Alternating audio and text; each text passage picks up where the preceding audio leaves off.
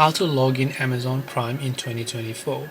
Hey everyone, welcome back to our channel. In this video we are going to learn how we can log into Amazon Prime in 2024, so make sure to watch the video till the end. Now logging into Amazon Prime is simple, whether you're talking about Prime Video or the Amazon app or Amazon Prime. When you log in on one Amazon service on the phone, another app will also get automatically logged in. So right here you can see I'm logged in on my Amazon shopping app here.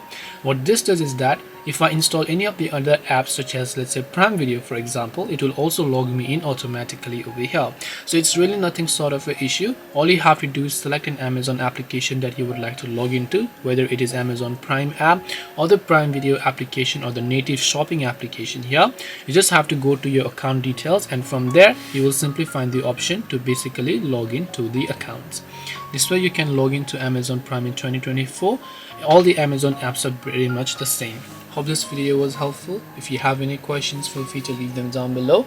Thank you for watching till the very end of the tutorial, and see you soon in the next video.